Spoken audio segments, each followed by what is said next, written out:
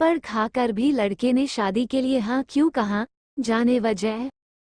शादी के लिए लड़के से मिलने गई थी, मार दिया थप्पड़, किसी और से करती थी प्यार। राहुल जब से मेरी जिंदगी से गया है, तब से मुझे लड़कों की शक्ल से भी नफरत हो गई है। उसे मैंने बहुत प्यार किया, और जब वो बिना एक दिन ऐसे ही भाग गया तब मुझे लगा कि दुनिया में प्यार नाम की कोई चीज नहीं होती है। अब मैं जैसे बिना दिल वाली इंसान बन गई हूँ। मुझे कुछ भी महसूस नहीं होता है, क्योंकि अब मुझे लगता है कि इससे बड़ा मेरी लाइफ में अब क्या होगा। इसलिए आज मेरे पापा मम्मी के बोलने पर मैं तैयार हो गई एक लड़के से शादी करने को। पापा का बोलना था कि एक बार उस लड़के से मिल लो, मैंने मना किया क्योंकि जिसको मैं इतने सालों तक साथ में रहकर नहीं पहचान पाई तो अब एक छोटी सी मुलाकात से एक अजनबी को क्या पहचान पाऊंगी। लेकिन लड़का भी मुझसे मिलना चाहता है। मैंने उसको मिलने को हामी भर दी। सच कहूँ तो मुझे अब किसी भी बात से कुछ फर्क नहीं पड़ता है। डिनर डेट, हमारा मिलना तय हुआ। डिनर पर पापा और मम्मी चाहते हैं कि मैं अकेले ही मिलने उससे जाऊं। मैं जैसे मुर्दा हूँ, मुझे अब कुछ फर्क नहीं पड़ता। मेरे जो हाथ में आया मैंने पहन लिया और पहुंच गई। देखा तो वो मेरे लिए वहां बैठा इंतजार कर रहा था। मुझे देखते ही मुझसे मेरे पास आया और मेरा नाम पूछता है। सामने जाकर मैं उसके बैठ गई। उसकी आंखों में चमक थी, लेकिन मैं इस चमक को जानती हूँ। ये हर लड़का दिखाता है पहली मुलाकात में। राहुल मुझे छोड़कर गया, लेकिन जिंदगी का बहुत बड़ा सबक मुझे सिखा कर गया है। मेरा मुंह उतरा देखकर मुझसे पूछता है क्या हुआ, सब ठीक है। मैंने भी उसे जवाब दिया मेरी थोड़ी तबीयत खराब है। फिर वो बोला कि आप फिर आज क्यों मिलने आई, हम फिर कभी और भी डिनर कर सकते थे। बात तो वो अच्छी कहा रहा था, लेकिन अच्छी बातें लड़कों की कितनी जल्दी बदल जाती है इसका अंदाजा मुझे अब अच्छी तरह है। मैंने उसे कहा नहीं मैं ठीक हूँ, कोई बात नहीं, खाना मेरी पसंद का ऑर्डर किया। फिर आया एक और राहुल।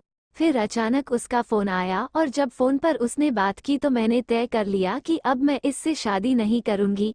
फ़ोन पर उसने अपना नाम बताया सामने वाले को और यह वही नाम था जिसे मैं अब कभी सुनना नहीं चाहती थी, उसका नाम भी राहुल था।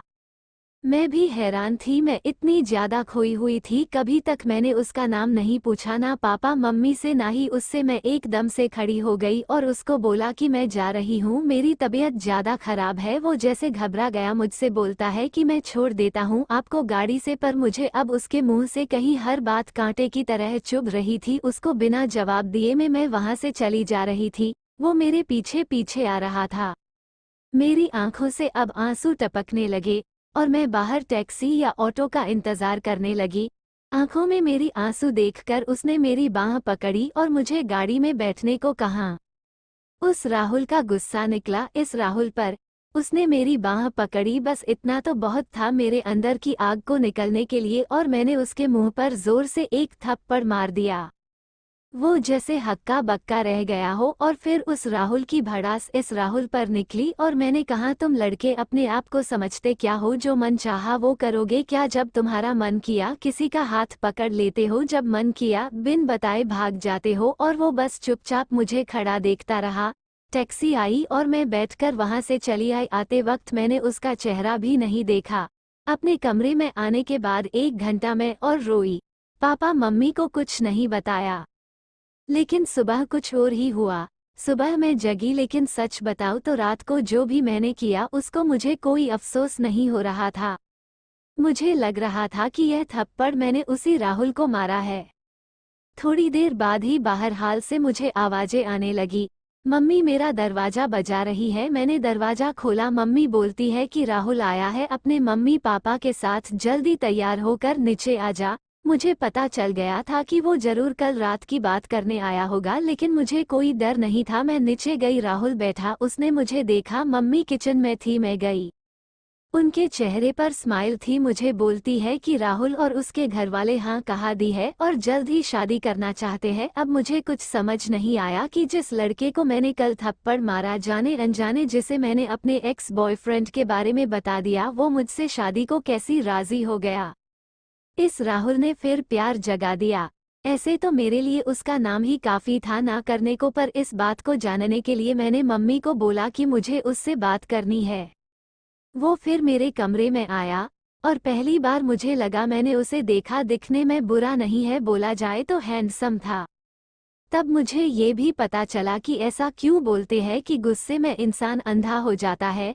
मेरे बिना सवाल किए उसने बोला शुरू कर दिया, बोला कि मुझे पता है कि आपके साथ पहले शायद धोखा हुआ और किस हद तक आप सच्ची हैं ये भी मुझे कल रात पता चल गया।